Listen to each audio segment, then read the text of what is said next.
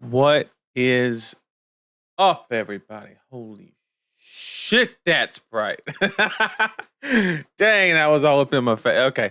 Um, what's up, everybody? Hope everybody is doing good. Um, yeah, the internet has been struggling pretty much all day. So if we make it to the end, then consider ourselves lucky. I'll just put it that way. But I'm going to be watching it closely. And hopefully we don't have any issues. But don't be surprised if we do. So we gonna do what we can. You know what I'm saying? So it's good to be back, obviously, and I had a good time watching Kansas City, and there's obviously been a lot of discussion about, and it's a very heated discussion. It's a very passionate discussion. You know, the stuff I like to see personally is people just kind of giving feedback and stuff like that. And a lot of people have kind of hinted at the idea that maybe it's time for Gravy to maybe kind of get a haircut, just like what I need. But you know, we've seen a lot of argument from both sides, right? And I think I've handled these topics pretty decently in the past. I kind of got the whole Zen discussion going by just mounting an astronomical amount of evidence via data, and we actually saw um, a little bit of reaction from it. So that's not the goal here because I don't think it's as prevalent, right? I don't think we're in a situation where anybody has the right to kind of demand action. I think it's okay to suggest it or think, but like Zen, it was like, look, LSS, fix this shit. I don't think that's the posture that the community should be taking in this situation. But there's some valid arguments on both sides. And I'm going to give my prediction, of course. We do have the BNR that's around the corner on the 1st. And that's where we can kind of anticipate something happening. I'm pretty confident in what it will happen. And we'll get into that as we kind of discuss. So I guess to start the discussion is there's a lot of I'm trying to think of the best way to kind of start this. And it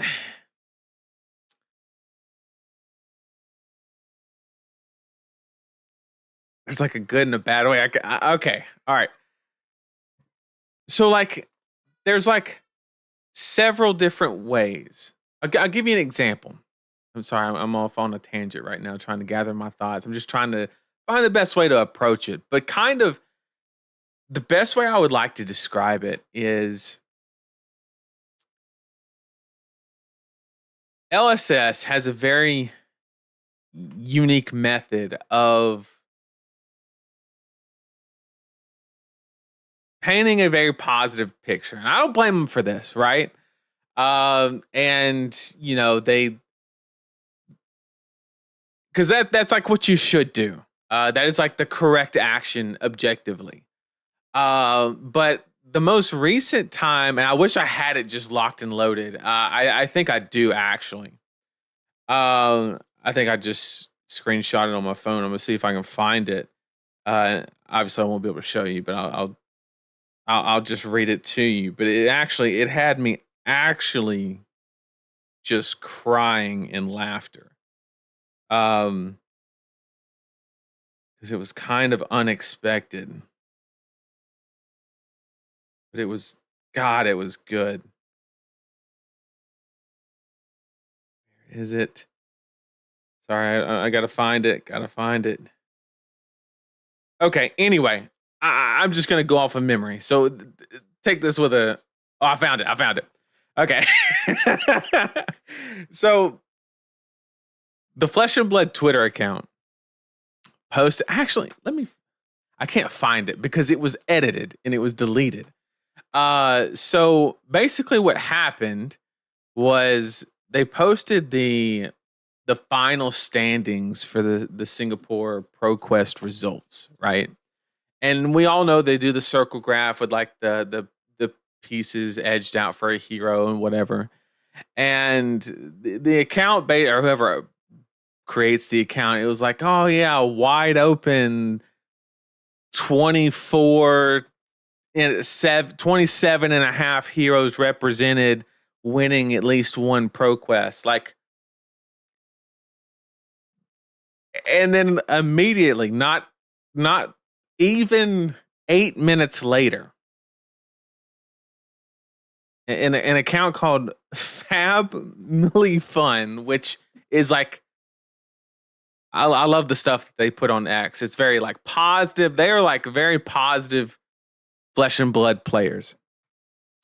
And they go, meta's wide open in quotation, checks pie chart, 1/2 won by 3 heroes only, 1/3 won by a single class. Please make it wider.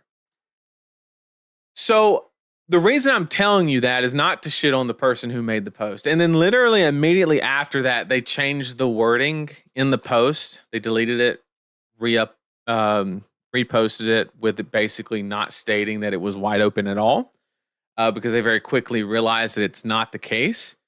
The point of me telling that story, if you want to call it, is if you have enough data, you can paint any fucking picture you want. Okay. You can look at it from one angle and say that there's 27 and a half heroes represented as far as winning decks. Or you can say in Kansas City, 9 of the top 20 are gravy. Right? Both tell completely different stories, and which one you grasp can be influenced by your narrative. That's a very unfortunate aspect of analyzing data. And once again, I don't blame anybody for saying that, right? If my job was marketing, I wouldn't make a post saying, oh, this meta is not wide open at all. We got some balance problems, but like, here's what happened during ProQuest season. Like, that's not what you do, right? Like, I'm not suggesting that in any way. But what I am saying is we have a very smart player base, and we call that shit out, right? If it is incorrect. And so the main reason why I'm sharing that is, once again, the idea of that you can kind of pick whichever piece you want to kind of justify what you think or think should or should not happen. So if you are somebody that likes gravy being around, you might lean toward, those stats or whatever, or a diverse top 8 or whatever metric fits your narrative. And that's actually a good point in chat. Wide meta doesn't necessarily equal a healthy or good meta. That's actually a really good point. And there is a lot more to it than that. So that's actually a really good point. So I was doing some analysis on my own as far as kind of, what is it as bad as Zen? I was looking at like the top 8 percentages, the top 16, 20 percentages, kind of going a little bit farther down to get more sample size. And it's not as bad as Zen. It's not even close. But it is kind of between that KO and Lexi kind of situation. If you dive down into the larger sample size of like top 20, top 32, right? And with that being said, you can, anybody from anybody's perspective, you can kind of cherry pick which stat you want to use. But me personally, I think objectively, the correct answer is to typically go for top 20 to top 32 if you're trying to justify representation versus performance. Is he on rate with Aurora? I don't know. I haven't looked at the accumulation rates for Aurora. I know it. If you look at the LL points, you have to basically double them to get any type of comparison. I know that much. But probably, to be honest, if not, I can guarantee it's probably in the realm of being close. Like it's worth at least entertaining that thought. So that's kind of my thought process. And so ultimately, what's the conclusion I came to? Well, like I mentioned before, I try to be logical, objective, and all of these things, right? So I looked at the top eight. I was like, okay, 3 gravies in the top 8. And guess what? In Kansas City, the only deck that beat Gravy in the top 8 was Gravy itself, which is kind of funny if you think about it. And then, like I mentioned earlier, top 9 of the top 20 decks were Gravy. So over 45% exactly of the top 20 decks were Gravy Bones. However, all of that information did not convince me that Gravy needed a ban. But there was one thing that pushed me over the edge. And I'll tell you, chat, what that one thing is. Okay? The one thing that really tipped the needle for me on actually does Gravy warrant a ban is Anthony Vero went 6-1 on day 1. And if that deck can take a dog shit player and propel them into 6-1 in one singular day, the deck obviously needs to be hit. Is all I'm just fucking with Vero. But in all reality, if you look at the data, it would actually support that there is action, right? Like there is an actual valid point to it. But what's actually more important than the data and actually it being warranted, right? In whether it should or should not be based on the data is actually the position, the unique position that LSS is in due to a prior statement. And what I'm going to do is actually kind of go into that. So this is the last BNR that they had. Okay. And in this article, whoever wrote it mentioned that they were going to basically ban more often, right? They basically discussed the living legend changes and how that kind of opens up the need for them to balance because there's no longer that safety valve of living legend because any first year offenders are slowed down, right? And so here they said that they were going to watch it very closely and we intend to closely monitor outcomes.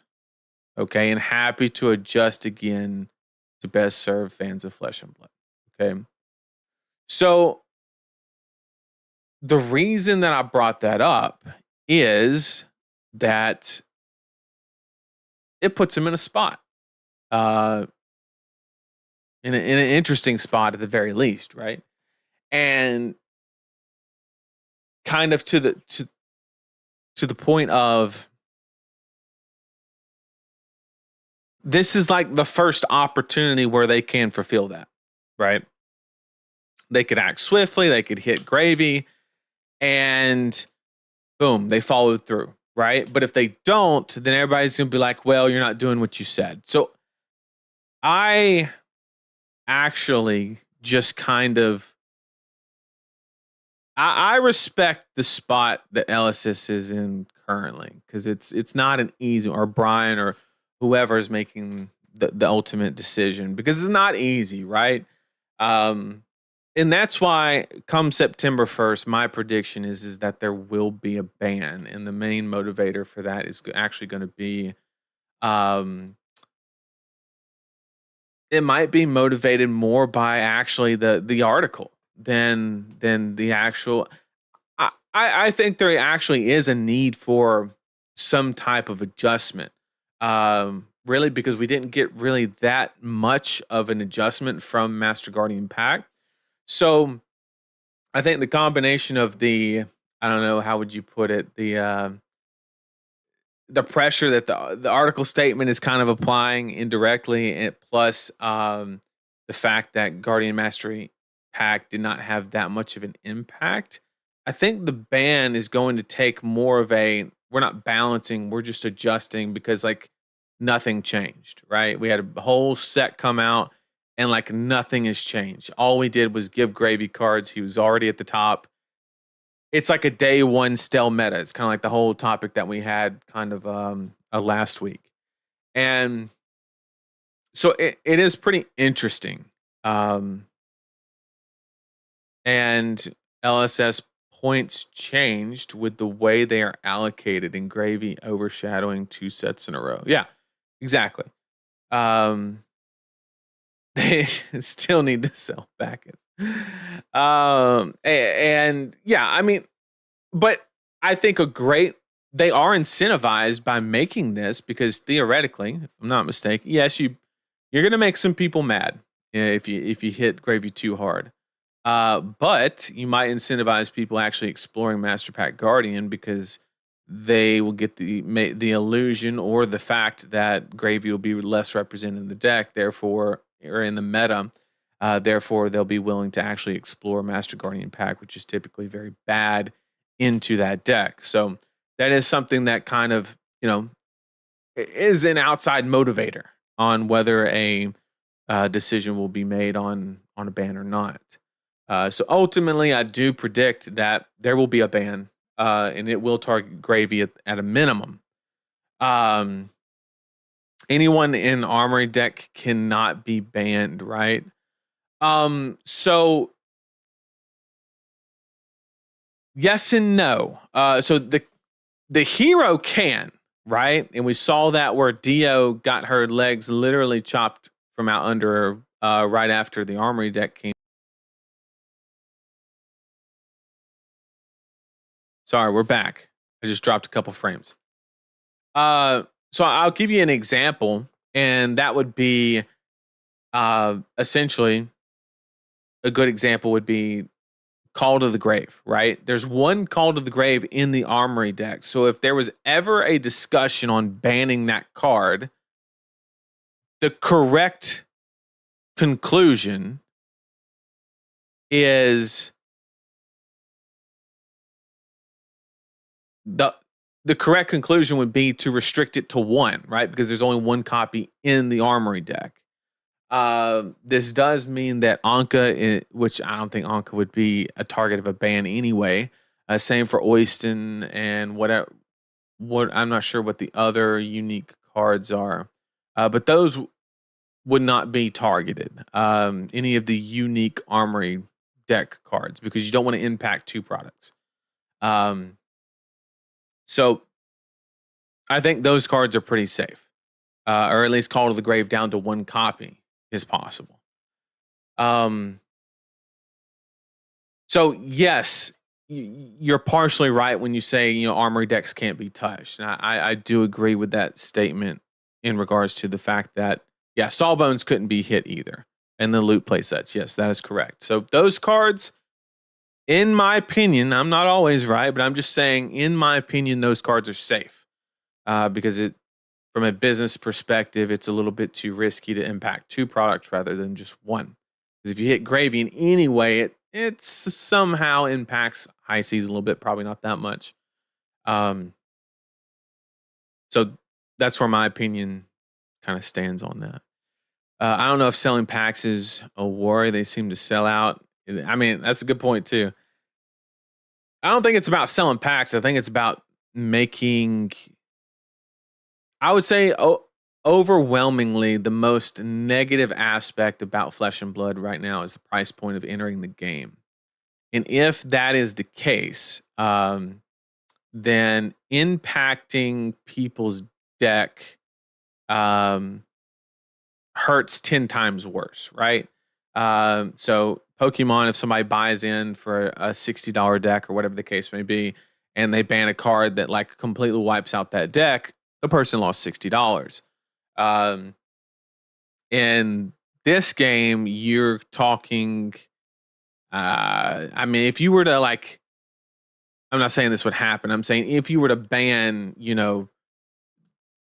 gravy like down, like just tipples, swells, like you just take them down, then people their card values would drop easily $500 in a gravy deck between Call to the Graves, and if the meta quickly realized that he was insignificant, the prices would plummet. Diamond Amulet would be down to 10, $15 instead of 70.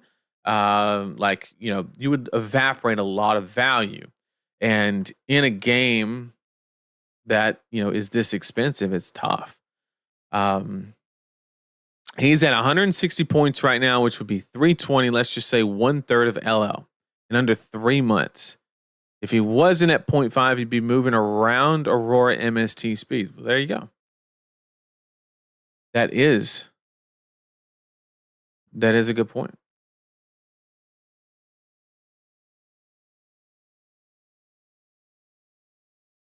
No shot he doesn't if their whole we're being more pro. Yeah, I actually brought up that article and mentioned exactly. I agree.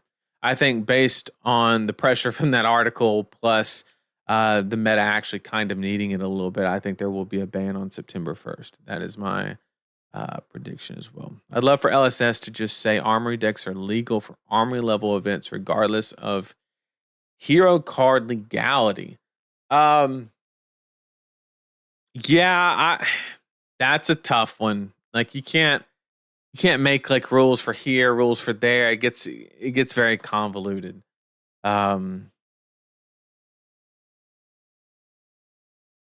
After Graving nerfs, he's likely still be very good. Another best deck emerges, and people will complain. Having a high skill ceiling on a best deck is good. Okay, so you're saying that no matter what, we're gonna have a best deck, and this isn't okay. So I guess my question to kind of discuss that a little bit would be: is it a good idea to have the best deck in the format be extremely polarizing? That's the like. I'm trying to like if you could imagine if you could hand build the worst meta Flesh and Blood has ever seen. Right? Like if you intentionally did an exercise to like, how could I make the most fucked up, unenjoyable meta ever? My mind goes immediately to decks like Kano and Teklo Volson running it, right? Like if those decks or decks like that just ran rampant and they were the best deck in the format, definitively by a mile, and there was not that much restriction to play the deck via skill or price, then and what do those decks have in common? It's polarity, right? Polarization. And so I do agree with what you're saying, right? They clip, Gravy. There'll be another best deck, and then it will accumulate the most LO points. I 100% agree with that idea, and that's what will happen. But I think that the best thing that you can do for a meta is I'm trying to think. Has there ever been like this is a good meta, people are loving it, and then an extremely polarizing deck is the number one deck? Like by far, there's no debate. When Enigma finally took over, That's when a bunch of shit got banned. CYB went like when Enigma was definitively the best at what Worlds? Last Worlds? Like it was fucked. It was actually fucked. We had bans going left and right afterwards. Right? And that is a polarized deck, and it was considered the best in the room. Heavy hitters. There was not a polarizing deck in the lead, right? Like the best deck in heavy hitters format was KO and dual wielding warrior. That's not polarizing. Were there good and bad matchups? Sure, but it's not like you didn't sit across from me and just like auto lose. No, you had an uphill battle, sure, but like there's no polarization to KO.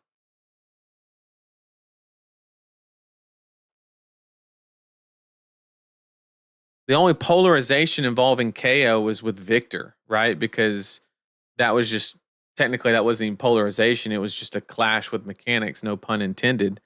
Because KO would win all the clashes due to the hero ability. Let me get caught up in the chat.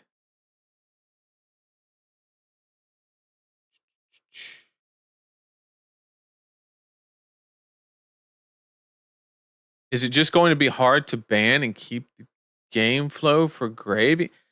That's why I think you can't take Tipple. I would love for the ban on Tipple. I think it would be very effective. I'm going to keep it real. If you ban Tipple,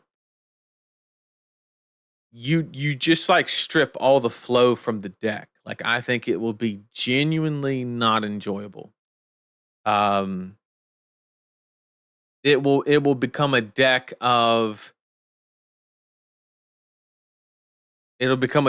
like, oh, it gave me the certain cards and it didn't work out, right? Because you have no like throughput as far as getting to certain cards.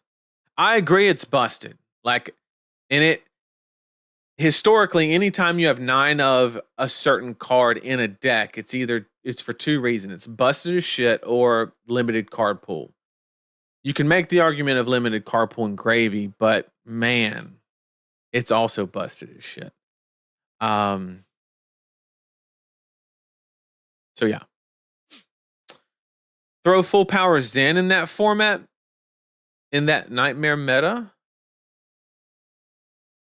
Throw full power Zen in that meta. I'm assuming you're talking about the polarized meta, or you're talking about my Kano and Tekla.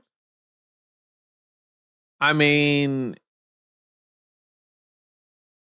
I don't think it gets better if that's your point, right? And I don't think that like an aggro deck should be at the top all the time. I'm not suggesting that either. I'm just saying that and Zen also at his peak was very polarized, right? Because if you were any type of aggro deck, like just give it up. Like you don't stand a chance. So him at his peak was polarizing. For the rest of his career, whatever you would call it, was not. They did that in MTG, and I think it was a mess. They did what?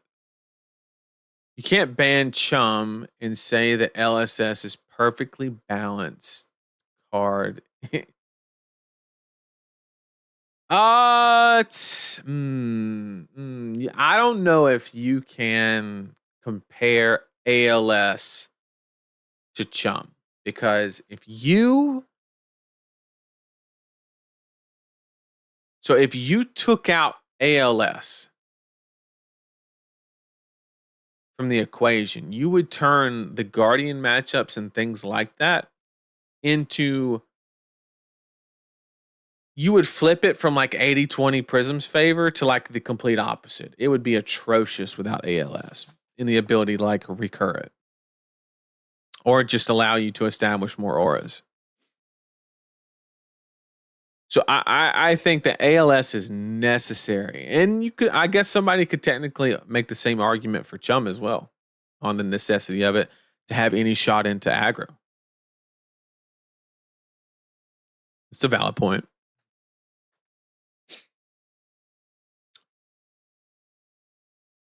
I think a more important question is, will the best deck in the format ever be not polarizing? Of course it will be.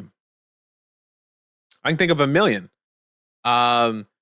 So you had Zen, when he was like mid-rangey after he got hit twice and he was still considered the best deck in the room. I don't think that was polarizing. You have the KO meta for heavy hitters, right? There was no like straight up like this is just polarizing the best deck. Even the tail end of Icelander's run, I think she was the best deck, but it wasn't like, you know, if Bravo can compete in that space during that meta, I don't think it was like the de facto. I think it was, by the way, but like I don't think it created an astronomical amount of polarization. I'll say that. You look at as soon as Lexi left, that meta didn't have a top polarizing. Lexi was 100% for way too long. But yeah, we've seen several metas where there's not been like a deck that just shuts out half of the room. And that's what Gravy does currently. I think a lot the issues is that a lot of decks can't really handle board state decks effectively. You're right. You're right. And this is actually a really good point, and this is my greatest fear for the meta and actually for LSS indirectly. Let's use the Enigma and Jagged Edge situation and hope to God that history does not repeat itself. I think that there were a lot of moves not made on Enigma because of cards coming out in future sets, aka cards like Jagged Edge, cards like whatever else came out. The sad part was, ask any Warrior player how much Jagged Edge actually helped that matchup, and they'll laugh. You might get 5%, 10 tops. So congrats, you're at 80-20 now instead of a 90-10. Like it was bad. And so what I hope, my worst fear is that there's some cards in Super Slam or some product in the near future that theoretically should help or make an impact, but don't. And so what that would do is that would incentivize inaction or not doing anything. And then we get the cards and it's like, oh, well, thanks for these tools that are not helping, right? We've seen the gravekeeping memes. We've seen all of these different things where I that's my biggest fear is inaction due to what could come, and then what comes is not ideal, right? So hopefully that does not happen. Worst meta you could think is 3 decks that lock out everything else and have a 10-90-1. Yeah, I mean, exactly. Throw full powers in. Yeah, we already talked about that. Dromai was around in heavy hitters. That's a good point. If it's a pre-con event, I could see the bans not affecting the deck. I've never seen a pre-con event.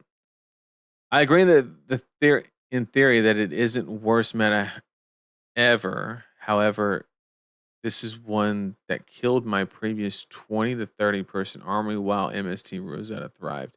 You're right. I think people are just burned out on it. I think, to be honest, I was expecting a lot more than 400 people at Kansas City. It's very centrally located in the U.S. It should theoretically be the best position to have. I, I think if the meta was thriving, I think we could have easily broke 600 players at Kansas City, and we just didn't. Um, don't mean that in a bad way. I'm just saying that it is what it is. You think CYB was supposed to be the answer to Gravy? No. I want you to think about Gravy using CYB, and it makes this problem so much worse. We that would have lasted. CYB Gravy would have lasted. Think about it. You can like scuba the yellow one back. Like it would be the most degenerate shit you had ever seen. Ever. That shit would have lasted exactly 2 weeks, and we would have had a a Zephyr Needle situation, except it would have been late. KO was just the best deck, but it was just solid numbers, but it wasn't polarizing. Yeah. Best deck in heavy hitter was KO, and people were complaining about high roll 18, 20 damage turn. Loved heavy hitters because everything was viable. Right. Like you had a best deck, and there's nothing wrong with that. And it actually proved to be that it wasn't the best deck. It was Dual Wielding Warrior that actually took that spot. Like it's okay to have a best deck. Ban Swell and Break Line and see from there. Those are good suggestions. Because it does. I really like that recommendation because it takes the feel bad out of those like you hit a break line on a swell. Like I watched a match in top 8 do that, right? And it's just like there's no way you're coming if they can utilize all that. There's no fucking way you're coming back from that. There's just no shot. It's like zero cost high roll potential, and it's wild. Heavy still had the best meta. It had Dromai and Kano at their Kano was good in that meta, but you could not look at me and say that he was like top 2 because the representation never suggested that. Of course, it never would with Kano anyway. I think that it has to be Tipple. Chum is too much of a hit to the thematics, and power and swell doesn't do enough. I mean, you could be completely right. I just think that the deck is going to be dog shit to play if you take Tipple. Like I agree, Tipple would be if your goal was to make that deck balanced. Tipple's the way to go. I'm all on board. All I'm saying is you're going to have a lot of people not want to play that deck if that card's gone. Not because of the power level, but because you change the dynamic of the deck. In kind of its like entirety. I think you can restrict Chum to legendary, maybe. Blue Swell would be better than nothing, but I don't think it would impact enough to actually matter. That theoretical meta Zen Kano Tekla would be horrible, I think, is what the OP was saying. Yeah. 100%. Shooting Temple also hurts Marlin though. She has bigger she's got bigger problems. To be honest. But I agree. That's very critical. And that is something that you do have to consider as well, right? You can't just say, oh, let's chop this out, and then just like let it be, right? So I do agree. Tipple is one of the most important cards for Marlin. So that could be another motivator on why that card doesn't get hit. Did Armory decks legal as written on the deck list? They had a modern deck you could buy with. So currently the LL Viscerai deck is not playable out of the box. It has 3 Deadwood Dirges, and in Living Legend, it is Deadwood Dirge is limited to 1. That is the only instance of a product not being playable out of a box that I'm aware of.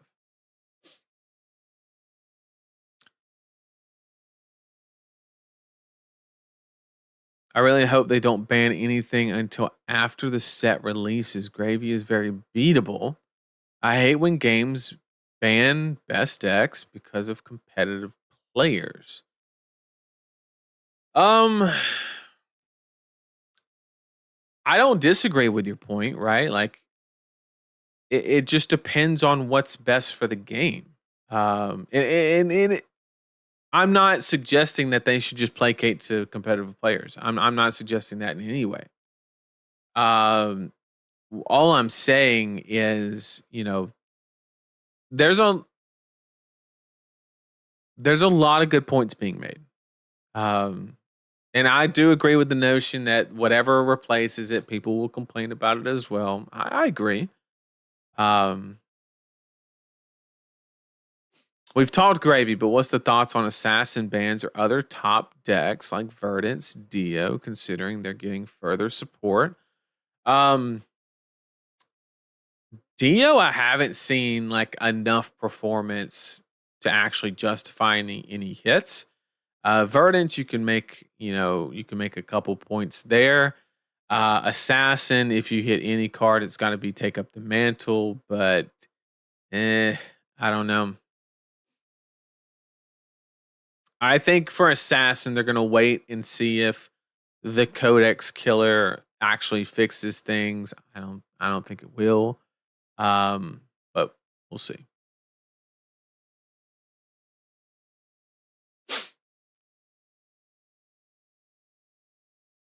I guess you only have to get one in the grave, so I guess it is probably good enough.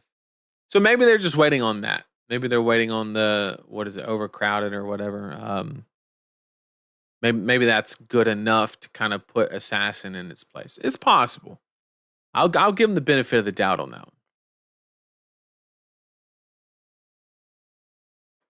Gravy's slowly becoming less beatable by the event.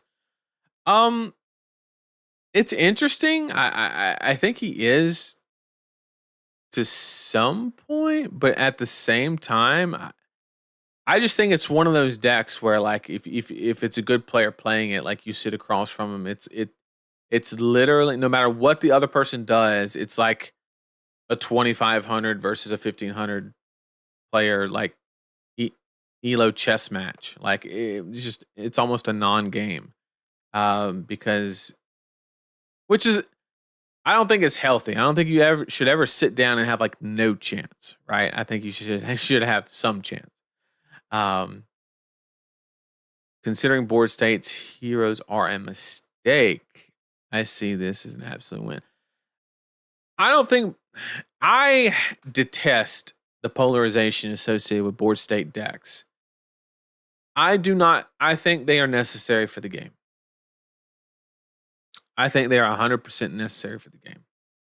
I think if you don't have them, you get this blocky, fatiguey, just shitstorm, and it just doesn't go away.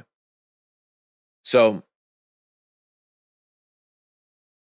maybe there's a one point I will concede is maybe there's a better way to solve that issue.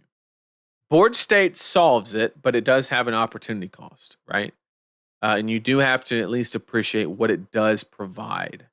But I will concede the fact that maybe there is a better solution, right? Maybe you cannot have board state, but doing this, and that. Maybe removing generic D reacts to shrink defensive options. I don't fucking know. I'm just saying that maybe there's a better way.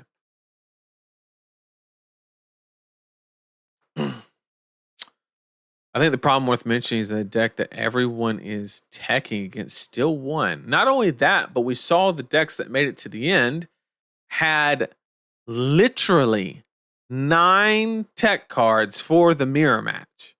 So what you just said times 10. It's terrible. He was one game away from even in Syndra and Prism. Yeah. Yeah, win rate into Iron Slippy. Yep, positive. He only had one real meta relevant matchup, and that was Fang. And that was probably more driven by Gi than anything. Yep, I agree. I think Enigma was worse than Gravy in how it could show. I agree with that. 100%. I do agree. They could print generics that hit board state heroes. Yes and no, because if you make them too good, then you invalidate the premise in which the board state decks solve, right? And you don't want to do that. Bolton Tech cards for Enigma was the worst. Didn't even counter the big drag. That's my biggest fear. Is like, oh yeah, we got this card coming that nobody's gonna read, and it's gonna fix everything involving Gravy, and it doesn't, right? Um, they could always unban things. That's true. I don't to take care of Gravy, you would have to hit where my mind went was you would have to hit Belittle. But Gravy would literally play Belittle. Could you imagine? All his attacks come in for like 3. Tipple, Swell, all that shit. Ravenous Rabble. Or Murderous Rabble. My bad. That would be a disaster.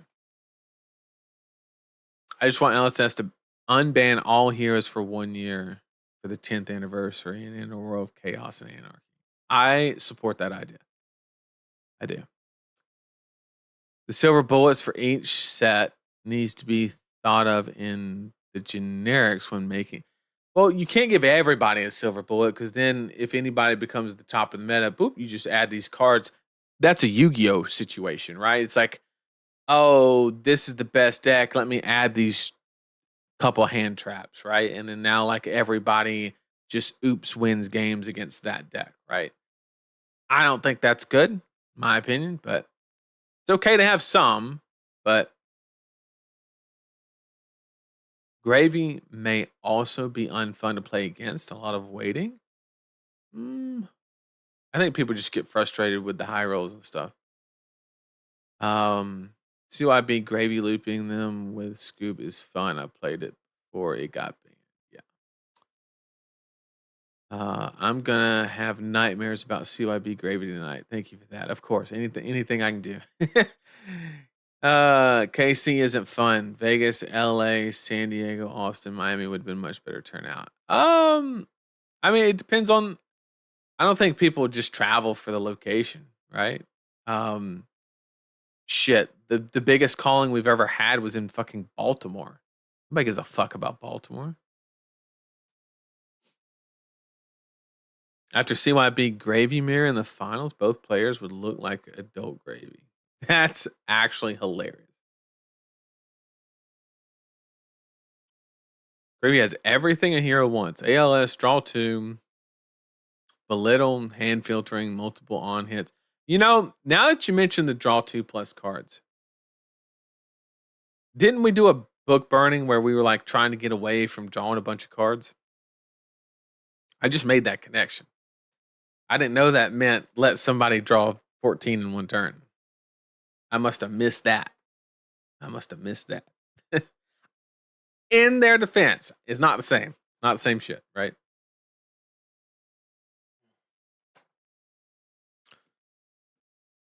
Good evening. Ban blue swell, yellow tipple. I think that would be a good start. If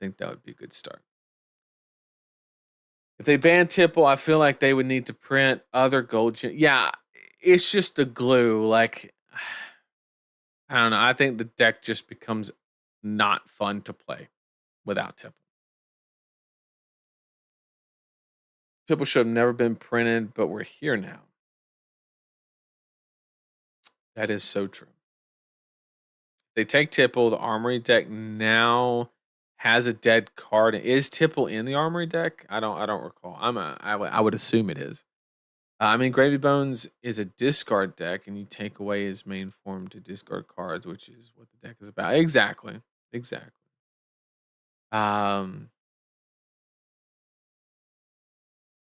Not saying they should, but let's let Katsu sit on the side for a year for Zen. Poor Marlin could do the same with the. Oh, if you color banned some of the tipples, Would Gravy have to go to Loan Shark for gold generation? That's a good question. Um, and I think that so I think that to answer that question, you have to understand what Tipple does in the Gravy deck. It's not just gold generation. It's the ability to run a more aggressive ally count because you have a bunch of cards in your deck that if you draw too many, you have a way to get out of the situation that it puts you in, right? So it decreases the opportunity cost associated with bit more aggressive deck building. It also gives you gold. That's great and all, and it pushes damage, and it helps in the mirror. So it does all of those things. But I think the filtering aspect of it is actually the most important part outside of the gold. A good example of that is in the finals when Evan was digging and digging and digging, popping all his gold looking for a card, and he sees the tipple off the top and he takes a deep breath right before he just wins the game. Um, is because he knew that that's what he needed because he needed he didn't need gold. He just needed to be able to filter these allies out of his hand. Is kind of the real power behind it.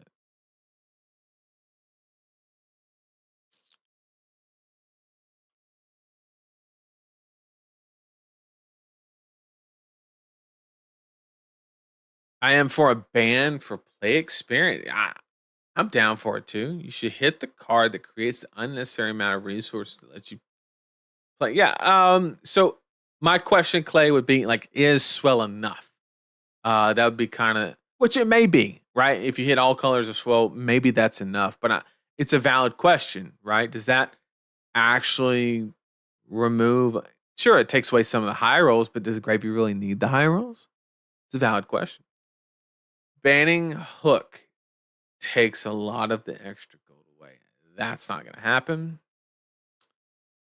That is not going to happen. That Vernon's card might be a mistake. It is a hella good card.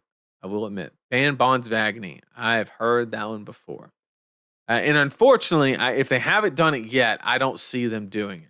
If New got to get away with it for as long as she did, I don't know. Everyone better stop talking about Vernon's fans. Well, you know.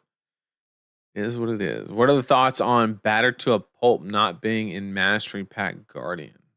And I detest. I don't care where this promo. I mean, oh, you got me fired up. You got me fired up. I don't give a shit where. I don't care if you have to volunteer at a soup kitchen to get this promo and all the good that comes of it. It is bullshit to have a promo as the only playable copy of a card. That is my opinion. It will never change. It is the most Bandai ass shit I've ever seen where I get it. They want to support LGSs, right? Like I'm all for it. But that is not the way to do it. It is not. It cannot be. Like, people are going to go to their LGSs because they want to. And yes, you can incentivize them, but you don't have to hold them hostage. There is a difference. So whoever made that fucking decision from LSS, please rethink that shit because, oh my God.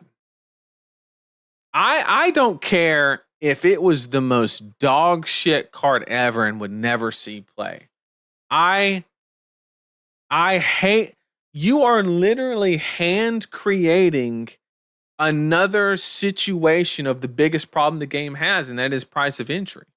If that card ever becomes a staple of any kind and has any remote 3 of playability widespread in the meta,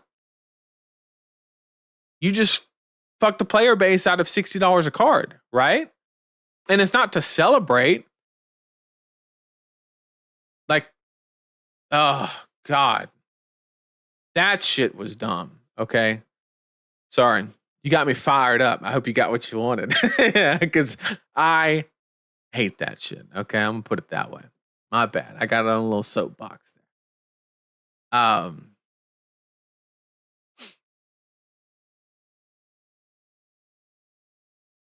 You know, they should have given out one of yeah.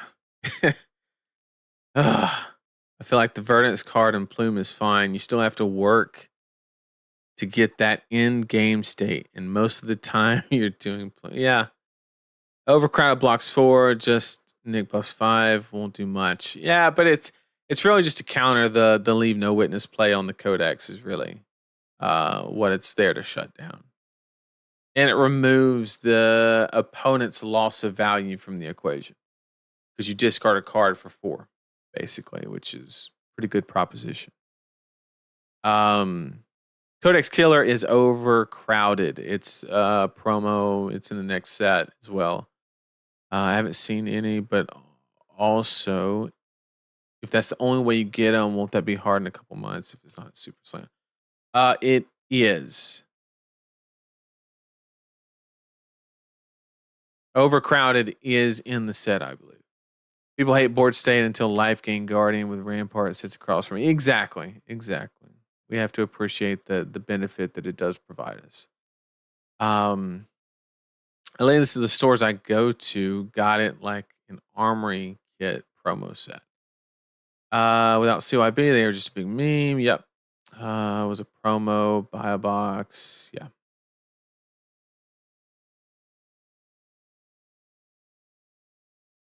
Boosting. Can I join the team, bro? If I was making my own team, you'd be the first one on it, bro. I am telling you, bro. Spin Dog, I watched your video. It was one of your recap videos. And then the next one, after it ended, I was on my other monitor. And like after it ended, I was laughing the whole time, by the way.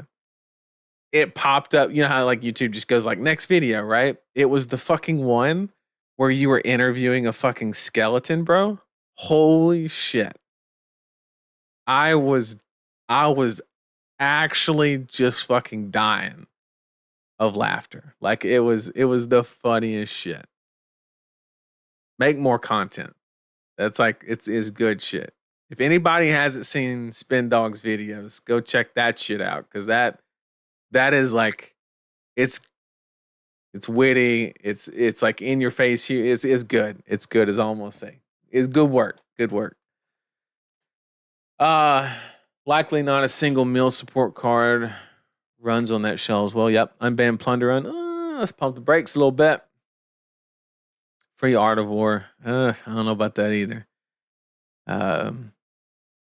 Silver Bullet cards are never an answer. We've already aware they don't make a difference. It's kind of fair. Gravekeeping should have had go again.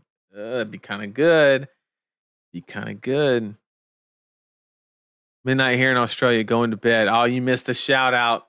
Dude. You should have stuck around for just a little bit longer. I had to get caught up in chat. You missed a shout out.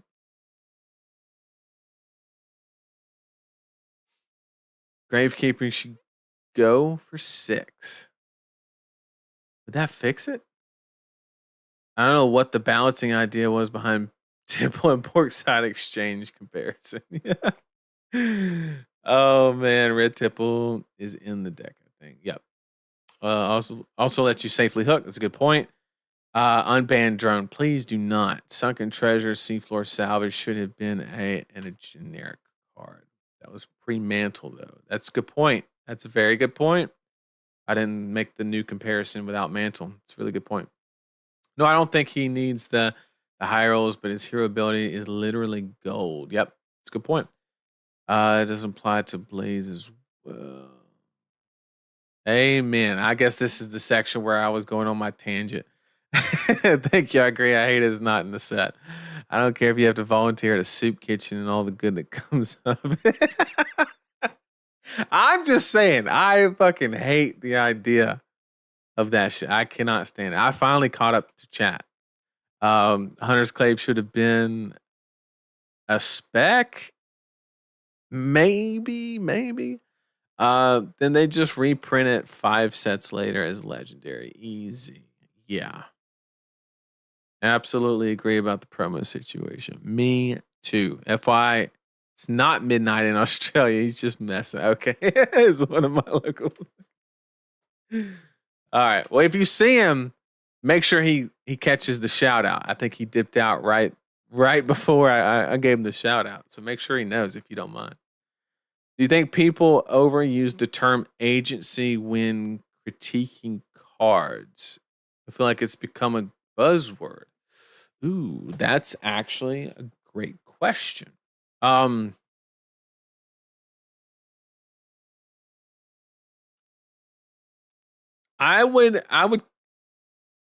push back a little bit on that question.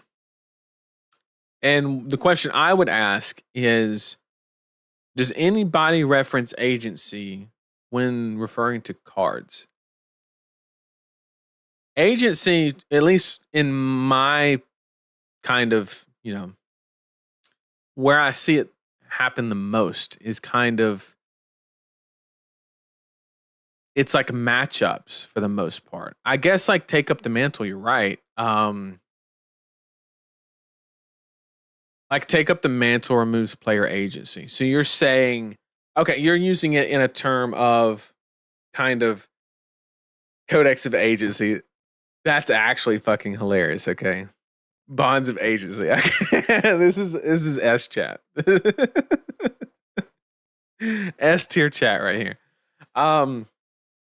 So the discussion of agency in reference to Take Up the Mantle is kind of, there's so many options that can come from that card that it can put you in a situation to literally no choice you can make. You kind of can't win, right? Or maybe win's not the right, but you can't get, there's obviously always a best choice, right? But how do I explain this? If I have, let's look at Snatch as an example, or Leave No Witness, right? If somebody plays one of those cards against me, if I make maybe the correct decision is to block it. And if I block that attack, right? And they do not draw that card, right? That is a positive reinforcement, or you can even use the term dopamine hit, whatever you want to use, that I made the correct decision and prevented this, right? Whereas a card like Take Up the Mantle, and I think that's very good interaction, right? Whereas Take Up the Mantle, what it ultimately does is like, do I want to get fucked this way or do I want to get fucked this way, right? And the choice in a card game should never be, you should always have a choice. Do you want to get fucked or do you not, right? But really, Mantle asks the question of how, not do you. So I do agree. There's very, very few cards that really kind of should have that label of agency. I do agree that a lot of people are overusing it. Some of the ones that come to my mind are like Siren's Call is one of those cards where like you're fucked either way, right? Unless you just get lucky and you don't have a blue. Bonds of Agony, not so much because, there's a lot of agency in answering the how. That is correct. There is a lot of agency in how. But it still feels bad because it's happening, right? So you just get this feeling. I'm talking about from an experience. From a balance perspective, fuck it. It's probably fine. But I'm just saying from an enjoyment perspective. Like, if no matter what choice you make, it sucks, I don't know. It's like, imagine you're playing against Warrior. One of the most fulfilling things that you could ever do is block perfectly against a Warrior, right? Like you block 9-on-9 and like they don't have the reaction. It's like the best fucking feeling in the planet. But imagine it didn't matter how you blocked. There was no correct answer, right? And there are those situations in Warrior. It does happen, right? Like cards like, there's no one card that does it. Correct me if I'm wrong, Josh, but it's typically when you reach that point, it's either because you've made a collective series of decisions before, aka more counters, or the Warrior player has a collection of very specific cards within a resource curve, right? So like Twinning Blade, but then they also have 2 sources of go again for it to actually fucking matter. So it's a combination of pieces, not just drawing a fucking card and then one of any 30 in your deck that can be played on, right? Like that's the difference. So that basically creates a situation where Warrior players get a skill expression in the form of, it's a skill expression in the form of like setting up those scenarios where the assassin equivalent with Take Up the Mantle is just like, ooh, I drew it, right? With a stealth card. And I'm not trying to dumb down assassin in that way. I'm just saying that to present the situation or ask the question to your opponent of how they want to get fucked by this card, it doesn't take that much skill. It doesn't. You just have to fucking play it. And that's not a good feeling, right? It just isn't. So that's my opinion on that. Yeah, Josh is like, oh yeah, just sing Blade with an E-pot. Sing Still Blade with an E-pot. Yeah, you gotta use a whole card, a whole action point just to set up this situation, whereas they just play Mantle. Bad example, Josh. Bad example. There is no agency when I present a 52 chant birthday cake. And that is why I thought that I don't get me wrong, okay? I'm not perfect. Okay? I knew that Viserai was not healthy for the meta, but I fucking played that shit, okay? Don't paint me as no angel, okay? I knew what I was doing. I knew the whole fucking time. I was stacking that shit. Chad, I didn't give a damn, okay? It is what it is. When we're talking Runeblade, there are no rules. No, I'm just kidding. No, the shit was imbalanced as like I agree. There was no interaction. There was no agency. There was no way to take care of that situation. And I saw it on my opponent's face all the time. Like I played against a Fang at Memphis, and it was just like, yeah, I'm gonna play all my D reacts, block all your attacks, 40 rune chance. And the whole time he was just like, I fucking hate this shit. Or he was a good sport about it, but like I could tell that like he was not enjoying himself. Okay, because there by Nathan is morally flexible. That's good. That's good. Yeah, that's good. But I could tell that like it was not a good feeling because there was no way that he can outplay me. Just did not exist. Like the ball game was in my court. I had to fuck up blocks. I had to make a very bad mistake at some point or something to lose that game. And I didn't. And so yeah, like I don't know. Yeah, you need to bring tools to actually realize agency against assassin, much like Poppers versus Prism. Okay, so like an assload of D reacts that just get tarantula toxined, or you mean snag that no block card? Like, yes, I agree. There are some counters to those decks. I agree with you, but at the same time, like the counters have huge opportunity costs, right? The vibes are very $20. That's a good point. Or 5 is 5 in your case. Reference the soup kitchen comment. Yeah, okay. That's fair. That's fair. That used to be true. There used to be agency against assassin. Yeah, they just have too many tools. Uh, it's tough. It's tough. I kind of feel for people.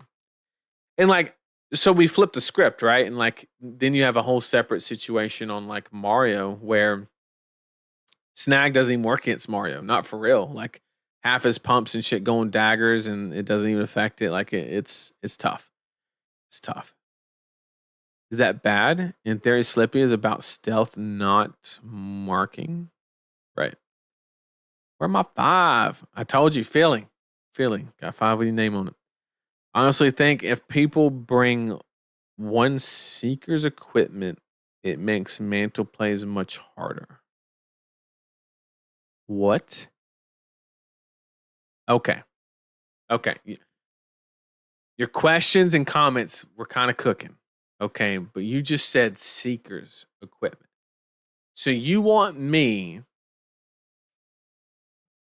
let's use Runeblade as an example. You want me to give up a headpiece, right? Because that's my weakest slot. You're not getting creepers. Tunic is the only way that makes any fucking sense, because I'm not giving you a whole card plus equipment to stop your one card. And it doesn't even fully stop it. I have to like invest into it, and that's just like the little cherry on top. Ain't fucking happening. So you're not getting my grasp, my tunic, my creeper. That means you get a head slot. A head slot? So no Crown of Providence. I don't get to play around your CNC bullshit. You leave no witness. None of that. Can't do it. Just so I can pay into a Seeker's Hood? Oh, you got a point, though. I get to look at the top card of my deck. I forgot to put that into the value analysis. No. Seekers ain't it, bro. It ain't happening. No fucking shot. No fucking shot. Unless an opt equals 4 value, ain't happening. Ain't happening. I'm thinking more like boots for gravy, because he can use dead threads.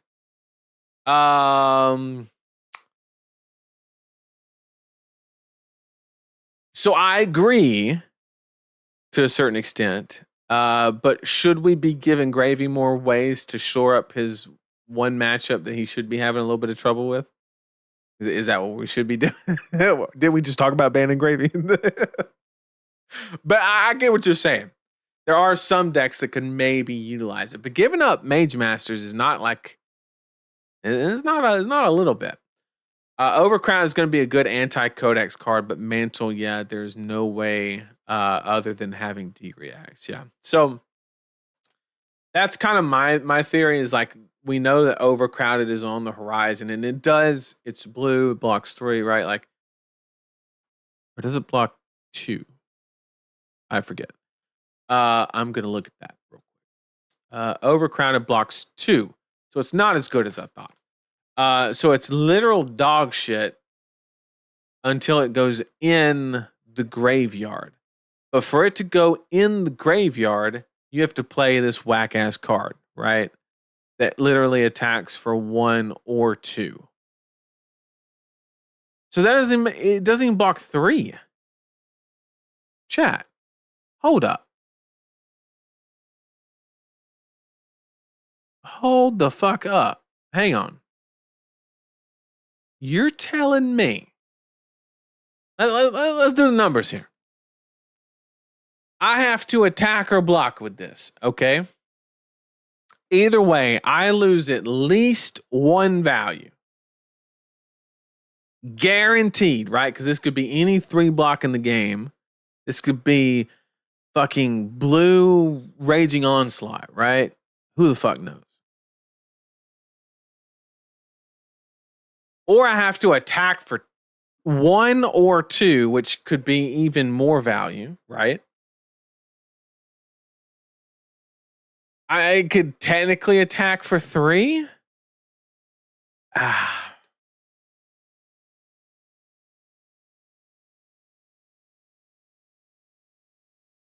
Ooh. I mean, okay. For different name among aura tokens. So it's just tokens. Oh, this is tough. It's a good card. I'm not hating on it. It's just not as good as I thought it was. +1 for each. Okay. What decks are giving you multiple fucking tokens? Or do they have multiple tokens? Is Mark a token?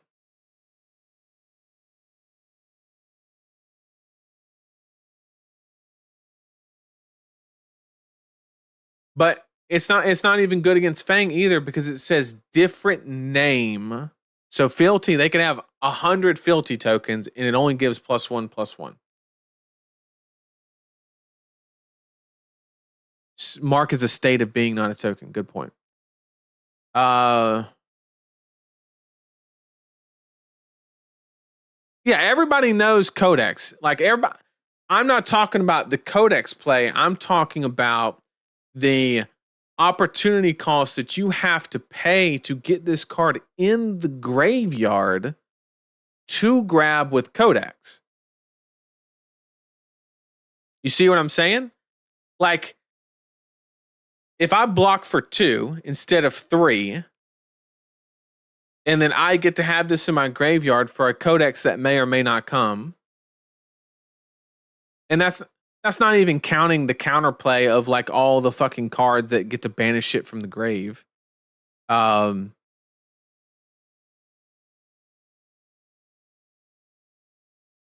Okay. Victor might, so it's just 1. It's only good if they resolve Trounce. Yes, it counts all. So I guess if your deck plays a lot of auras, this card is also good. So it would actually probably be played.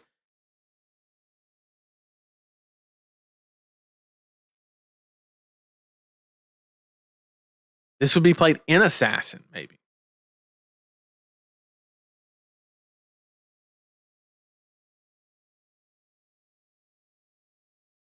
Katsu for Discord. Now we're cooking. Now we have the solution we need.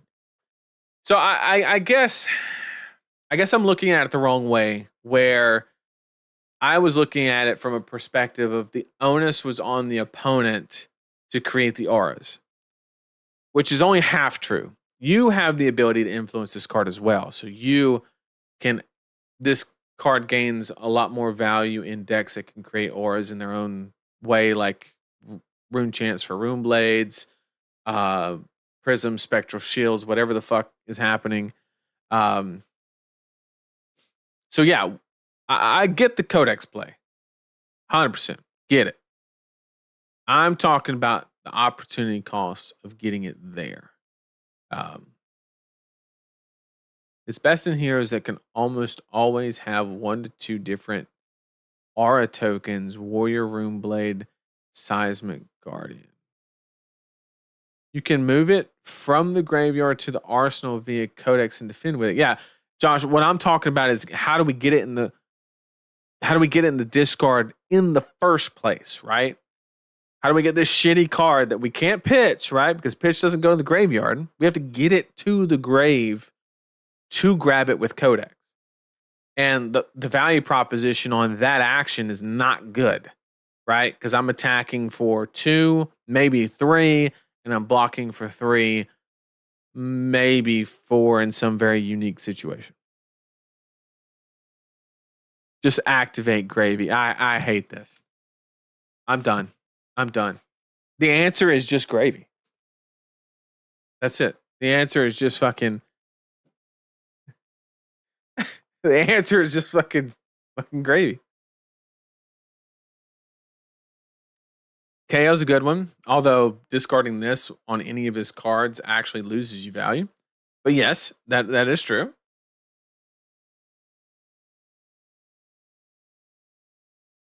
So chat, if we learned anything today, it's just fucking play gravy.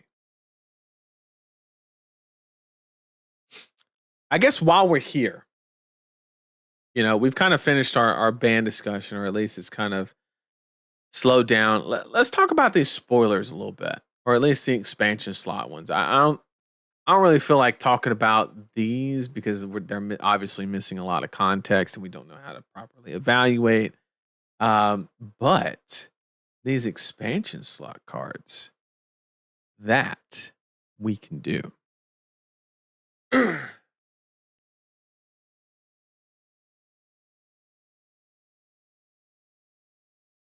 That we can do. And unlike promos, I'm not going to make you go do something to get my opinion.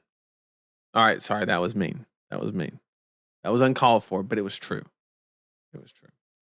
Okay, let's talk about this gold shit. Okay, so we got literally the same text on every piece of equipment. Now, Josh had to break this one down because I looked at this and I was like, I thought the payoff was the problem, not getting gold. And he made a good point that you could just blockade and then re-equip other armor via the anvil, right? It's like you get the block, you don't have to invest in making the gold, which is like there's like some loose connection of basically this would allow the hero to start at like 44 life. That is like, tell me if I'm wrong, Josh, but that's basically it in a nutshell, right? Like that's kind of what's happening. Assuming we can resolve one visit the golden anvil, we're basically just, starting at 44, 45 life. Now, the honest question that really needs to be answered is Olympia even good starting at 45 life? And that's an honest question, okay?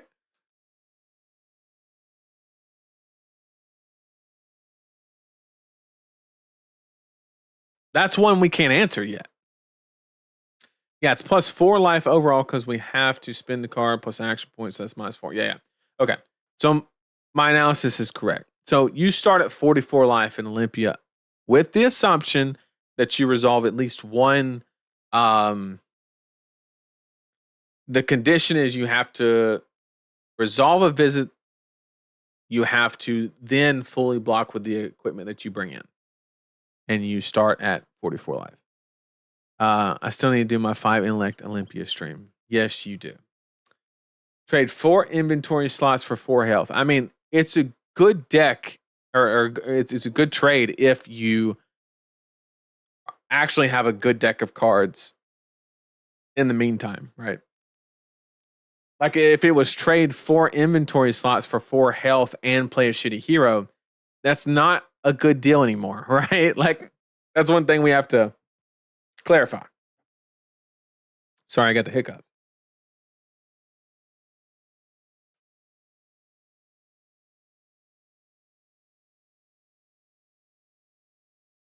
At least the Marvel look cool. Hell yeah. Olympia's best matchup is in the bling battle now. That's actually true. You're gonna have like a whole bunch of expensive equipment. But Cheyenne, hey, doesn't move the needle without a gold payoff. Double down, not good enough. Yep. Does this Olympia even run any wager or just? I think he just plays good value warrior. I don't even think there's like anything more to that. Speaking of warrior, I know I said what I said earlier, okay, and I'm a man of my word, but I would go volunteer to Soup Kitchen for this card, okay. That sounds terrible.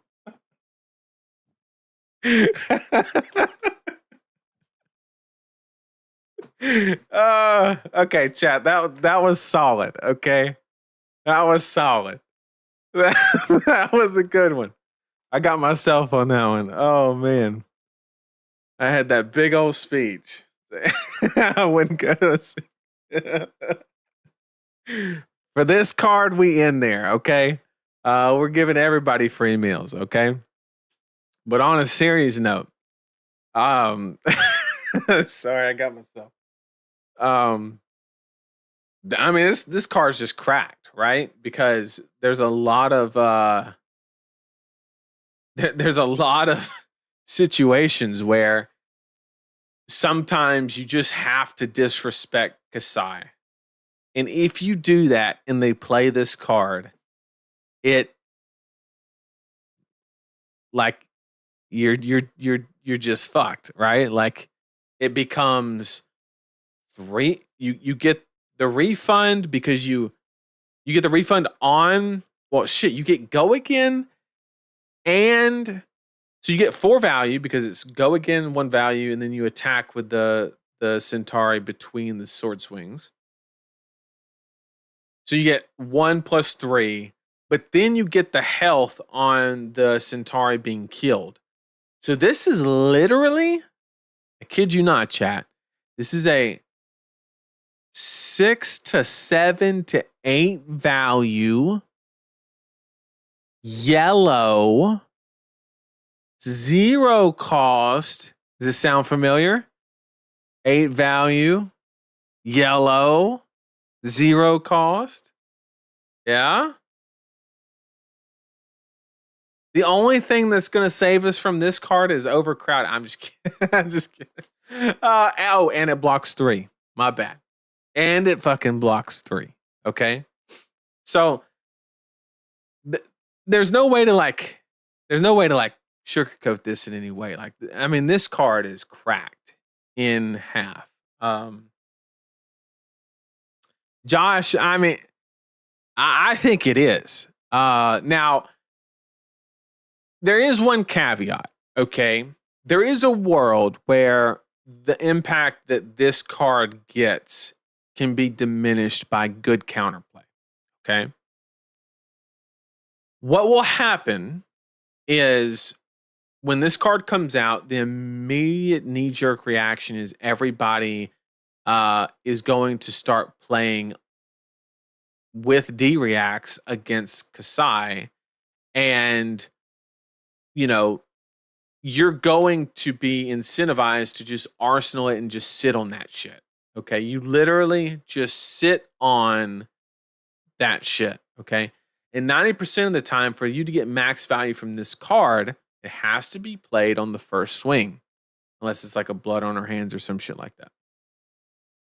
Because you want to swing the Centauri between the sword swings. Correct me if I'm wrong, Josh. And so you're just going to sit on that D-react and wait for this card. Because if they resolve this card and it doesn't hit, they spend a whole card on go again.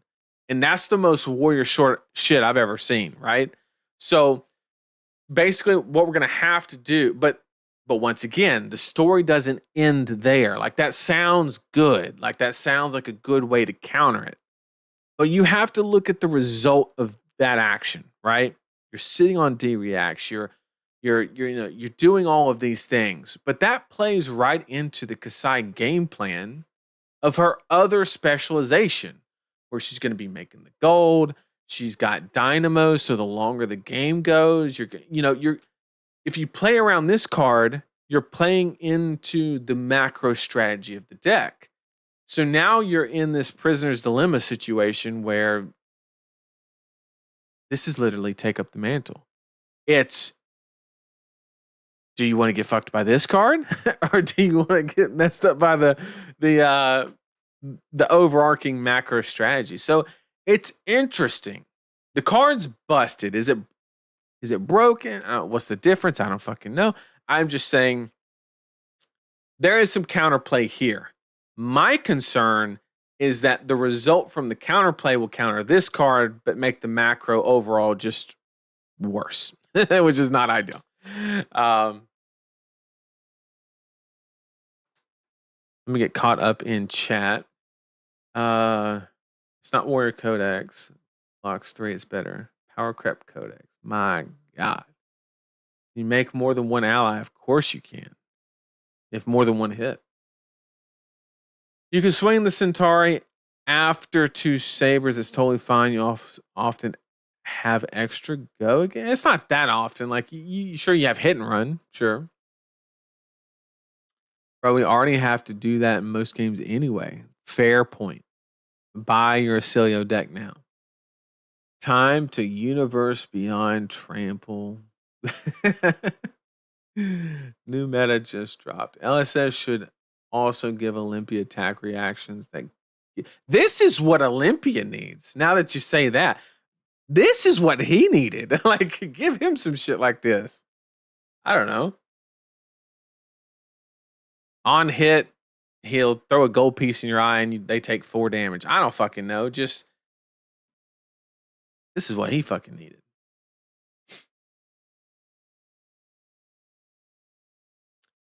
You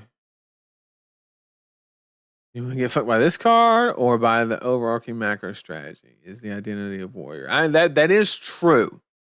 It is on theme. However, Josh, when this card comes out, the Fab community as a whole is going to have to heal. There will be a time period where we will have to collectively heal. Okay. Because we are so used to the warrior class being total dog shit. And there's just going to be this abrupt change. A lot of people are not going to know how to adapt. And there's just going to be a healing period. And you're going to have to put up with a lot of complaining. But I think we're going to make it, Josh. I think we're going to do it. Okay. Perfectly balanced card. Nothing to see here. It is a card. Olympia should have a card called Sack of Gold that just drains your opponent's life every turn equal to the amount of gold you have. Yeah, he would be playable then. Now it's target sword attack. I'm surprised it doesn't say target sword attack with no hilt that is painted red or something like that. Where it only works on this particular weapon. So we'll take it where we can get it.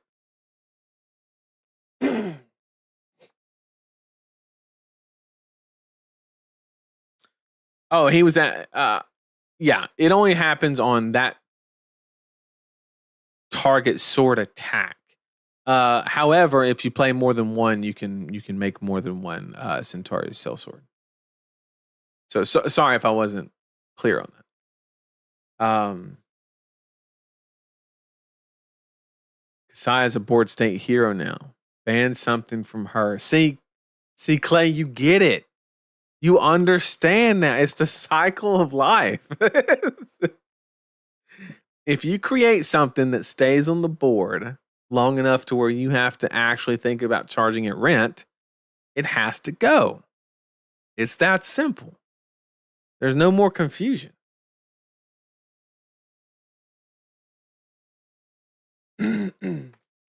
On hit Yamama. Love it. Absolutely love it. Can't wait for Talshar randoms to rage at my warrior deck for the first time. It's going to happen. Time to run the sound alarm. If it said target sword attack, this card would be nuts. Or target sword, yeah, it would be insane. Do you ever think LSS should take a stance that some heroes are just meant for draft? I mean, yeah, I think they openly admitted that for Olympia and Betsy, basically.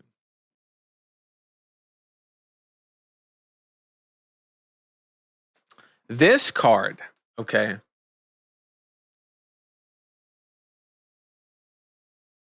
As an astute owner of Riptide LL points, okay. I played him at one fucking event. It's not that serious, but this card, the art, unbelievable. The thematic aspect, I think I said it on my last stream. I think this from a just design perspective, I think this is the best designed card LSS has ever created. Period. From a design perspective. Is it going to impact the meta? Maybe. probably not a lot, but that's not what I consider. But it does, it just does everything that kind of like Riptide would want you to do, right? And Riptide is very dependent on you doing something, right? And you had some cards like was it Murky Water, where like, oh, they don't want to let it hit, so it incentivizes blocking. Like that's kind of like the halfway attempt, right? Like, oh, positive on hit, so like you know, don't block this. You know, like that's cool and all, but like this just takes that to like a whole nother level. Okay. Like a Key and Pill, like a whole nother level. Okay. So it's like, and the art is just absolutely sick. So I just love this card. I think that it's not going to have as much impact in the meta as people think. I think it's a good card. Don't get me wrong. I'm not dogging on it. Like I think it's a very solid card, but I don't think like it takes Riptide straight to A tier or anything like that. Which I don't even think he's that bad in the first place, right? So I just think this is cool as shit. This is like, I want to know whose idea this was. I want to know if it was James or somebody else. I don't know. Maybe I'll ask it or something. Because, like, whoever made this fucking card, chef's kiss, okay? This is like peak TCG design, no matter how you cut it. This is just how you do it.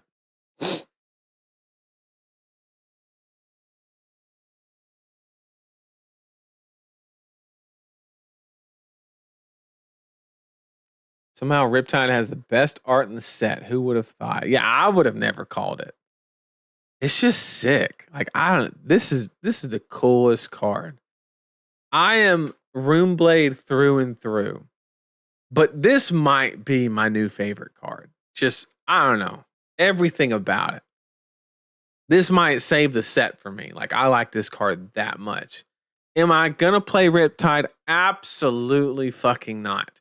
But it sounded so aggressive. But I love this card. I cannot speak more highly about it. Whoever made it, thank you. Thank you for the work. Take the bait. Denying D reacts is so. It's so cool. It is so cool. Wow, I played Riptide once. Taylor ratted you out on the pod. You almost took Riptide to an event. That is true. That is true. I only played Riptide one time. I showed up to a pro quest. I borrowed Damien's deck that day. I didn't know what was in the deck. I was drawing up the cards and learning as I go. And we ended up doing well. Are you able to explain how the new armor is going to make him better? My bad if I missed. So the way that this kind of works is he's basically starting at 44 life. That's how you should read this armor set. Is he still good? I don't fucking know. I just know he's 4 points better. Is that good enough to compete? Honestly, probably not. If I'm being completely honest, but I don't want to jump to conclusions. You just don't know. But you literally already have, so never say never. That's so true. That is true. You never know. Oh, and we forgot to talk about this card. Okay.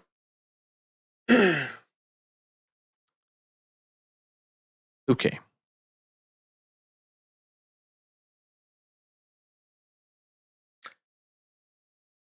So answer me this. Why the fuck does this block 3, but Earthor Surge block 2? Somebody fucking answer that for me. This card doesn't depend on anything else. Earthor Surge, you gotta have another attack to pump. This shit blocks 3. Not only that, but it like this on turn 1 is insane. You just fill the grave. Like this card just does it all.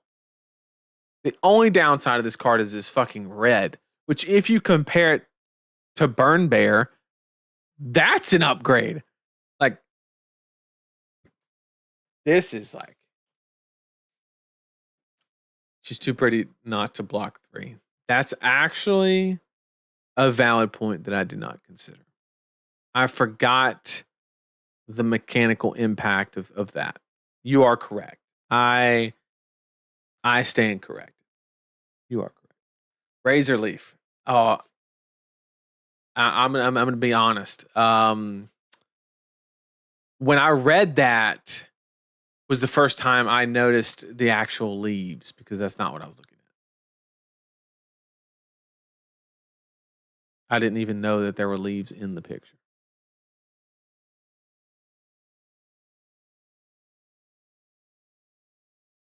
Will talking about light up the leaves. Oh, it's even in the fucking name. Holy shit. What are we doing? Leads us to building verdants again midstream. I'm for it.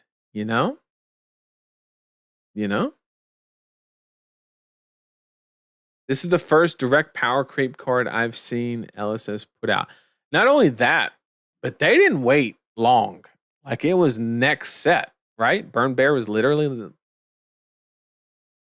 yeah, it was fucking high seas. Well, okay, I guess Guardian Master Pack, which was not supposed. It was Guardian Master Pack. Technically, was supposed to release before High Seas. If I'm not mistaken.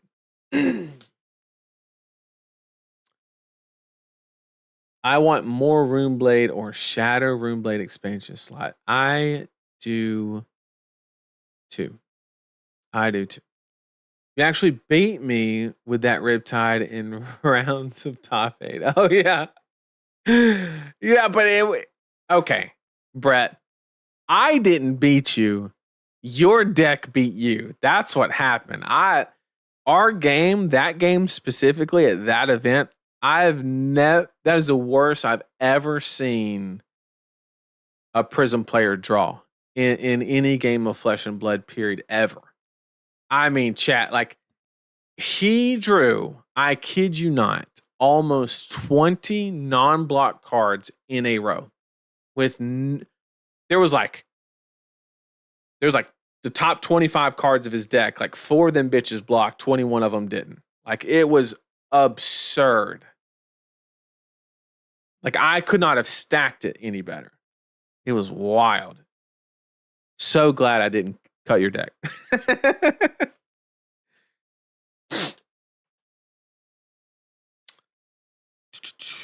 Light up the leaves, very boring card, meaning it's an absolutely strong card. That is so true. I'm convinced Nathan's card could be half the size. Just give him text box. Of course. Of course. Will Verdants run both? No, I don't think that to me that maybe if you need to solve a very particular problem like the Wizard Mirror, if it becomes super degenerate and you need to go super tall, yes. But it'll probably just be you'll just do a 1-for-1 swap, just run 3 of these probably. I'm the wrong person to ask that question to though. But that's the way I would approach it. You think Florian going to get Germinate back? I think he could. I think he would be fine. Scepter. Him not having Scepter, he's still going to get dumpstered by Gravy. Yeah, I think.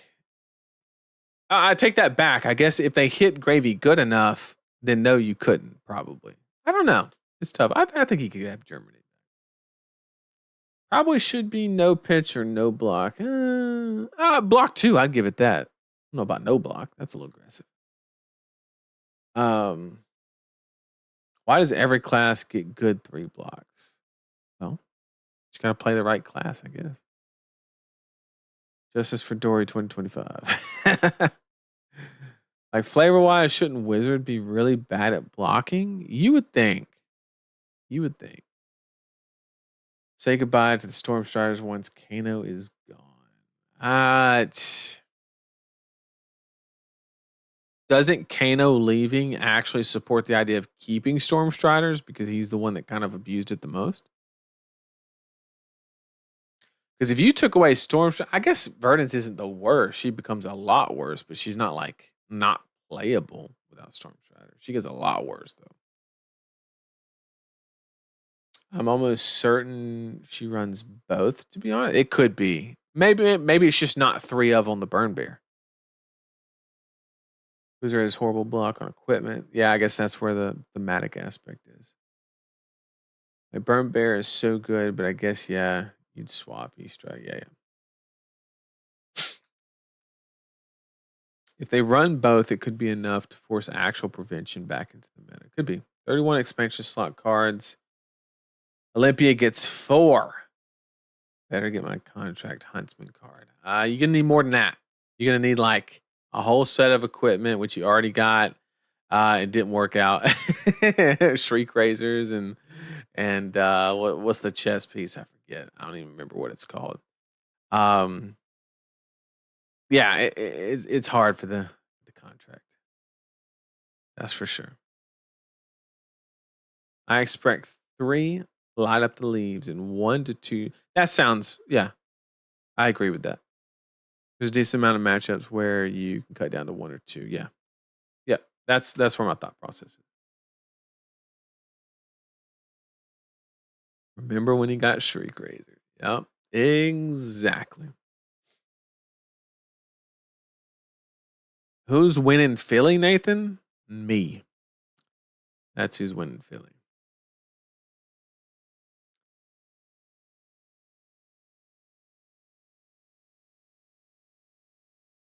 Too much? Too much? Probably not. But what I am going to do is I'm going to be there. I'm going to do my best. That's all I can do. That's all I claim to do. So, all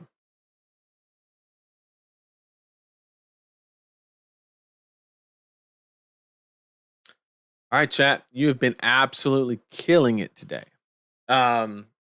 Absolutely appreciate all of the interaction. It's been great. Been hard to keep up. If you have anything else you want to discuss, go over, anything like that, please throw it in chat right now. And we'll just go from there. But I do appreciate everybody joining me. As far as events, we have a couple coming up. We got, we have almost a calling every week, just about. It's kind of crazy. I look forward to playing Briar with you in LL at Worlds. I'm locking it in. It's just gonna happen. I'm gonna figure it out. I don't know if it's gonna be the best play. That's just what I'm doing. Simple as that. We also have Reinar's new blue 6 power, no block. That is true. That is true. Is Victor brother going to run Belittle in LL? Yeah, of course he will. Yeah. Is he going to be any good? I can almost guarantee he will not be good in LL. What are the ban predictions right now? Just join. So I didn't go through like cards. Well, I guess we did a little bit, but the prediction is that on September 1st, Gravy will get a ban of some type. And I kind of went over the reasoning behind that. Basically, Tipple would be enough, like it would be sufficient. But I think that if they ban Tipple, it makes the deck very not fun to play.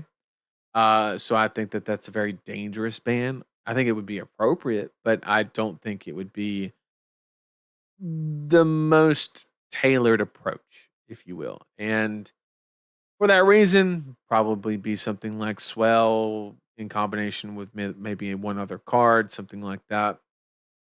I don't know. And we discussed how you can't touch anything that is unique in the armory deck or anything that is of value in the armory deck because you don't want to hit 2 card. So if they hit Call to the Grave, they do not ban Call to the Grave. They reduce it to 1. Um, that's the theory. See you, Nathan. Hope to see you at an event in the future. You as well. Take care. Do you think Slippy needs bans like Mantle? I think it's warranted. Like I understand the thought process of it. Being extremely aggressive and disruptive is kind of a dangerous combination. The problem is that the card Overcrowded, which is the Codex killer, is kind of like around the corner. And so if we don't see action on um, the assassin front, I think it's because they probably think that that card will, um, you know, I don't think it will solve it. Do we going to get soul shackles for Vinny? I don't think so. I'd love it, but I don't see it. Ban and restricted predictions for the LL format. I don't even know. Like, I think the only deck that you can even touch right now is Ninja and maybe Briar. And Briar's kind of a stretch.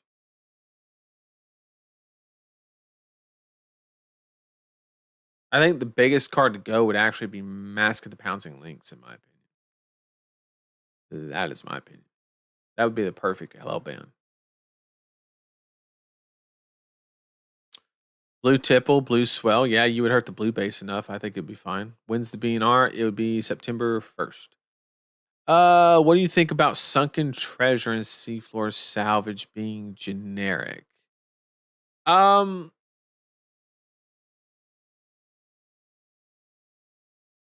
are they? Are they generic? Are you asking should they have been? I don't think they are. Right? See lower.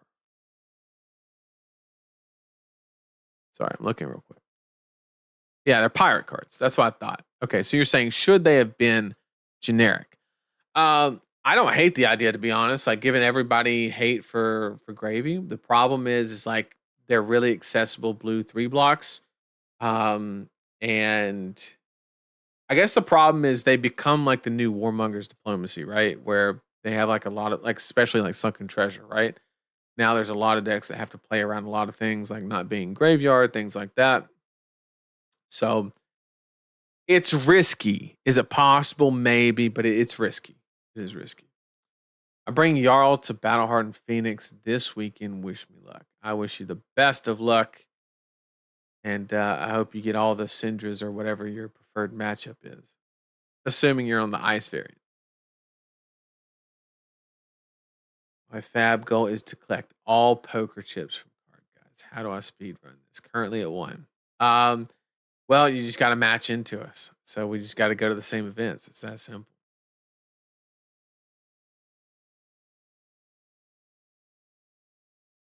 But if and when we play, you got it. You take me down, it's all you. I think banning Blue Swell and Yellow Tipple will slow Gravy down. Yeah, it'll definitely make an impact. If they introduce hero specific bans and restrictions in LL, I would go play Vincent in LL. Really? Vinny? Vinny in LL? That's diabolical. That is wild.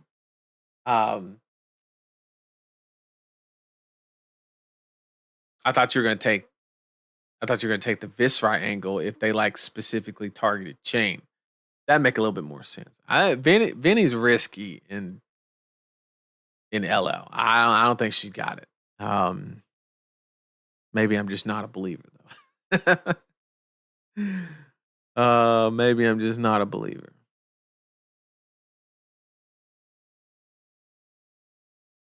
Smile like I think I've seen your lottery deck list on Vinny with the jack-o'-lanterns. That was a good deck tech. I saw that when it came out. That was good stuff. I wonder if Swindler's Grift would see play if Tipple got banned. No, because it doesn't. Cards that don't have Go Again have to be very good in Gravy. Because if you don't have Go Again, you can't swing an ally, and that's the whole purpose of the deck. I wonder if we just went down. Thoughts on reintroduction to a generic Runeblade hero? And which route they take. I don't know. I don't know when the next Runeblade will be or what they'll do. Um, I, to be honest, I'm waiting for the Prism or the Chain version. Like Vinny was kind of like I guess I'm waiting for the Prism equivalent for Briar because like Aurora was great. Don't get me wrong, and so is Florian. Like I enjoy those heroes, but it just ain't the same. It's not the same.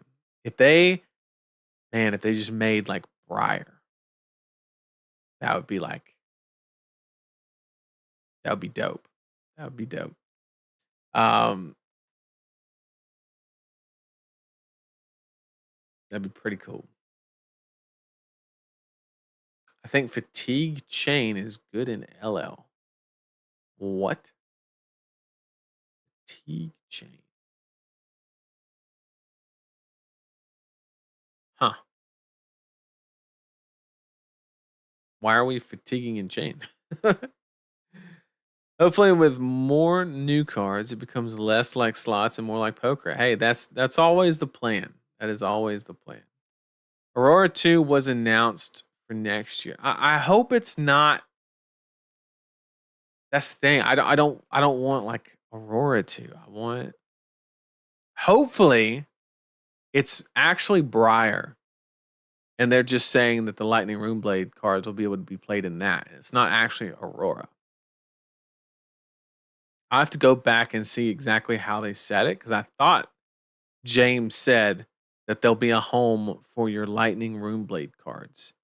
He did not say that there would be a home for your Aurora specialization cards. Or did they say Aurora was getting recreated?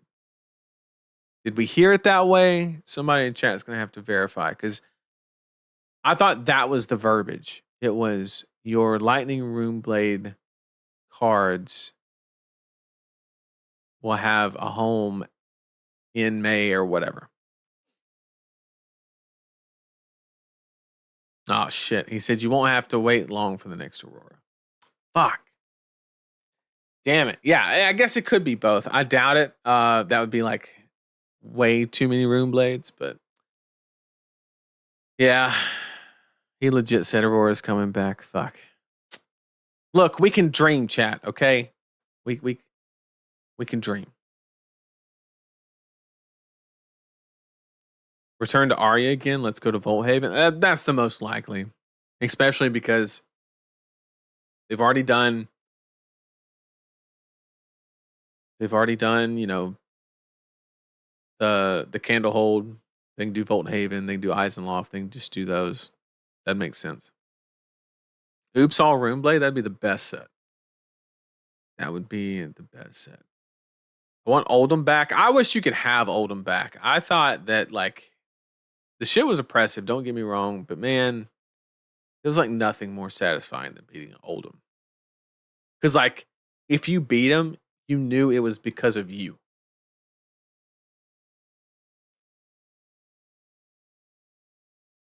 I'm speculating that when Viscerai comes back, he will be Shadow or Draconic. Yeah, I think he'll be Draconic.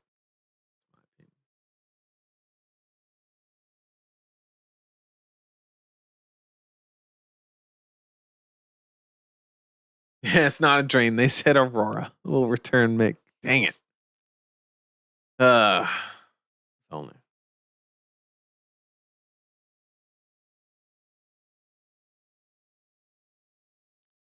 Isn't Aurora just like Cheerio Briar, basically?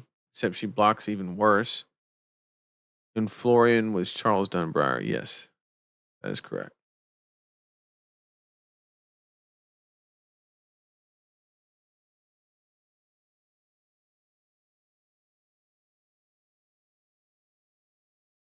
And the Beefy Briar, I was actually the one that came up with that concept about 6 months before Nats.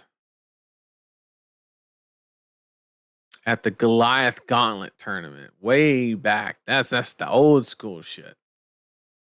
I was invited to the Goliath Gauntlet 2 tournament. I wanted to bring something unique, so I brought the old 3 for 7 Briar. Good shit. It's fun. Teak chain. Seems like chain where you just poke and dirtle. I don't know. I don't know about fatiguing with chain. That seems a little sus. Seems a little sus. Them killing Oldham and LL. Yeah, the Crown of Seeds is unfortunate because then it literally just invalidates the hero in all. Like, there's just no reason not to play Starvo. Before there was kind of an angle, but like, you should just play Starvo, and it's kind of unfortunate. Draconic Runeblade. That would be just some high octane shit. I'm just wondering if Aurora's hero ability changes or they give her the same one technically. I mean, there's no way they give her the same one. That would just that would be like the most anticlimactic thing ever, right? It would be like, oh, here's the new Aurora card and it has different arts and a different name. Like, nah, I think that would just be kind of very like, be kind of half-assed, to be honest. That's it. Maybe I'm wrong. Maybe that's a little too harsh, but I don't know. I don't see it. Everyone expects the return of Briar, Icelander, Dromai. I miss Lexi. Yeah. I don't know. Like, there's no direct replacement, right? Like, Prism's the only hero that has been like directly replaced. Like, Prism left and they recreated Prism, right? There's some like one-to-ones like Vincent Chain and stuff like that. And that would be the equivalent of what Rosetta was.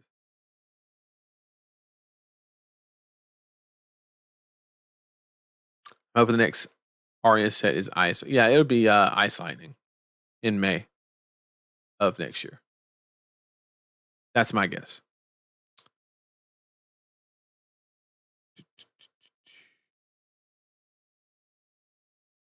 I wish Surges popped at the start of turn. Yeah, if only. Trust me, I know about the embodiments of Earth. I know all about that. Prism money printer, so it doesn't count. That is true. And it's clearly a favorite because they get the whole special treatment where every single card's extended art and all that shit. So you're right. You're right. 100%. 100%. All right, everybody. Thank you for joining me on this stream. I really do appreciate it. I appreciate the back and forth with the chat and the discussion. My goals in all of these streams are never to just say that my opinion is correct, but just to share thoughts and mainly hear yours. Because to be honest, I think I learn a lot from these streams, just interacting with the community and kind of getting different viewpoints. And some of them I agree with. Most of them I always try to push back a little bit, and it's not because I disagree with it. It's because I just think that that's where growth is found. Is when people disagree, not when they agree on everything. So if I do, um, push back on a lot of your questions, it's nothing personal. It's just what I do. I love to just do that. What was the peak? I don't know. I think it was like 150, give or take, something like that. I'm so glad I missed the section of Fab. Get till later. Is that sarcasm? Because I don't know. Briar was a hell of a time. It was a hell of a time. All right. Have you considered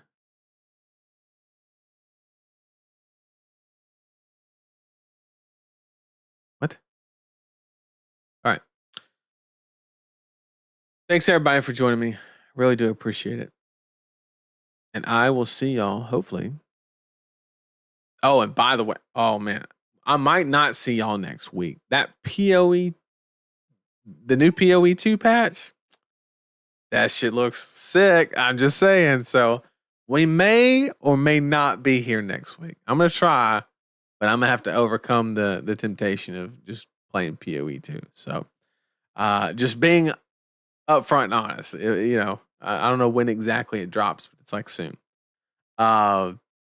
Something about games made in New Zealand. I think Grinding Gear Games is in New Zealand as well. But thanks everybody for joining me. I really do appreciate it, and I will see everybody next time. Take care.